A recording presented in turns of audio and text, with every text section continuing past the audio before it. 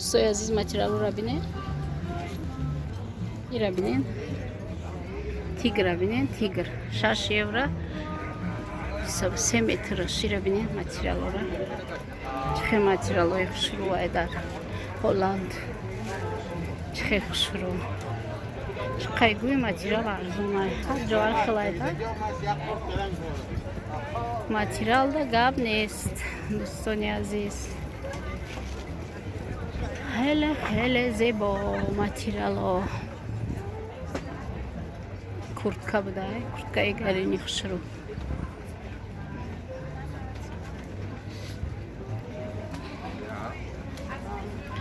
خلاصی کلام.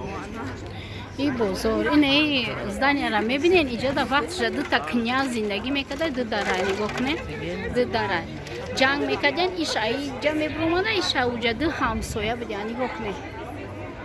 دیده اینا همه رو شما نگاه کنه عجایبه این کنیازا بودن اینجا در زندگی میکردن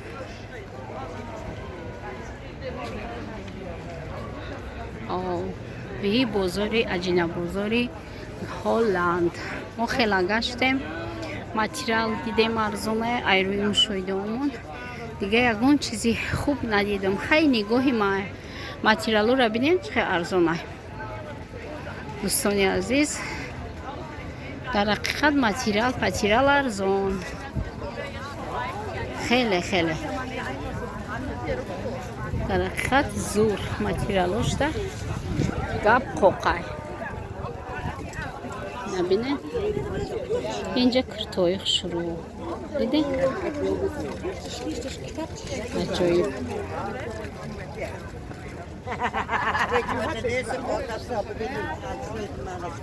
دوستان عزیز ماتریال ببینین چه شروع ماتریال اینجا گلاندیا ماتریال بیزنسمن باشه ماتریال رو میخری میبری اونجا دا میفروشی ما اگه بیزنسمن نیستیم نبینیم چه ارزونه نزدوزنده باشی بود زیبا عجایب بود ده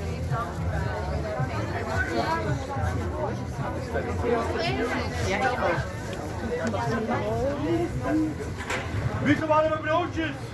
Zo broodjes, 2 voor 4 euro. این میگه که بلوچکای ارزونه بدوی میگه ارزون شد میگه Heeft u er eentje voor 5 euro een pakje mixen? اون اونجا را گفتن که میوه ارزونه هازی ما اونجا میگذارم میوه ها را میبینم دوستا نه چه ماتریال های اینا بزرگی عجینا بزرگم قطیمو دیدین این سگا بینین سگی خوش رویه یه سگا بی دوستای عزیز سگا بینین چه سگی شون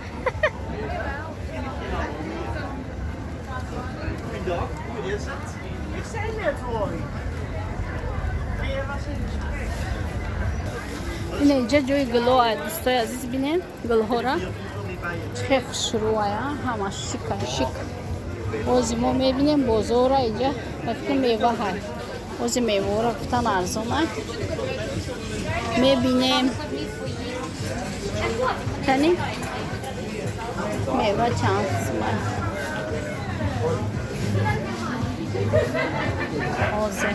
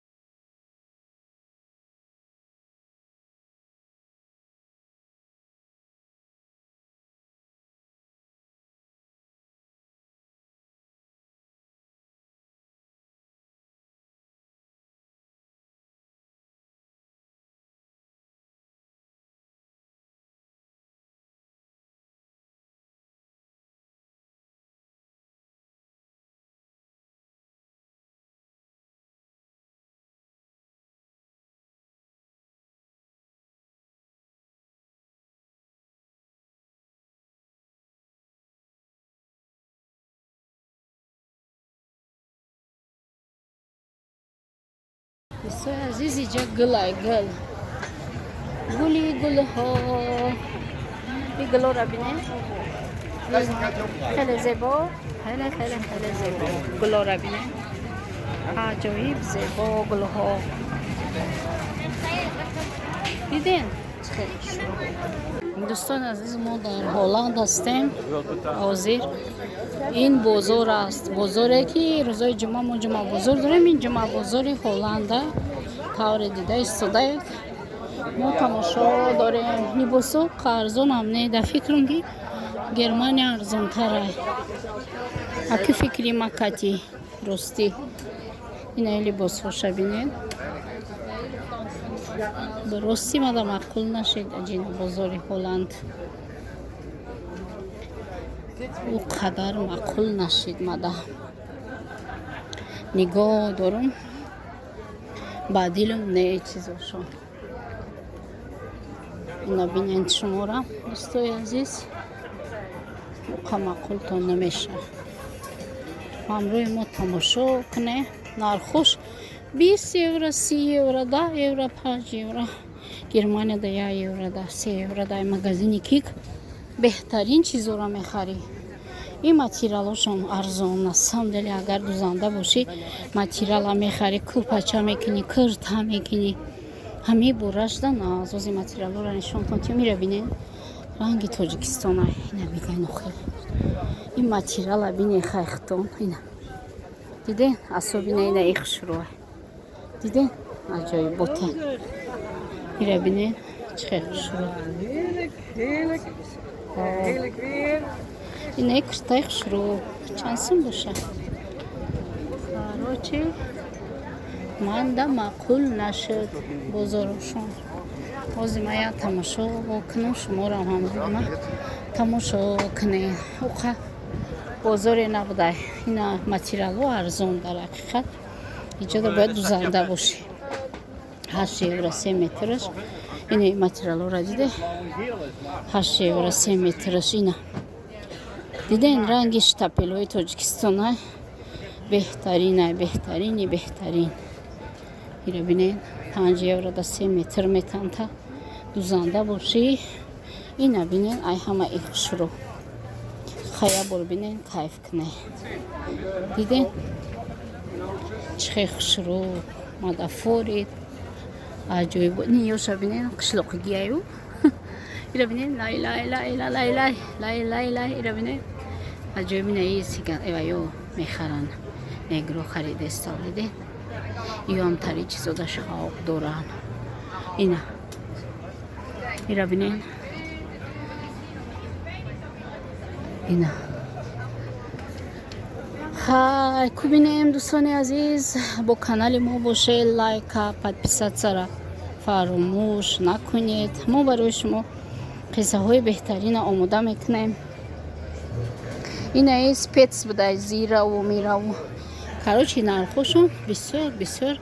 قیمت مادا معقول نشد اینجا عموما خشروگیش معقول شدیم نرخوی بازارشون تماما توفته ولی بازارشون قدر معقول هم نشد پلاتیوی خشرو ندارن همین ماتریالشون خشرو چقدر ماتریال خشرو دارن دوستان عزیز ارزان ایدا دوزنده باشید اینجا و کرتا بدوزی بفروشی تایپل نمیمونی بو برای خودت فسون میدوزی دیدین چه خشروه ماتریال زور عجایب بود تای ماتریالش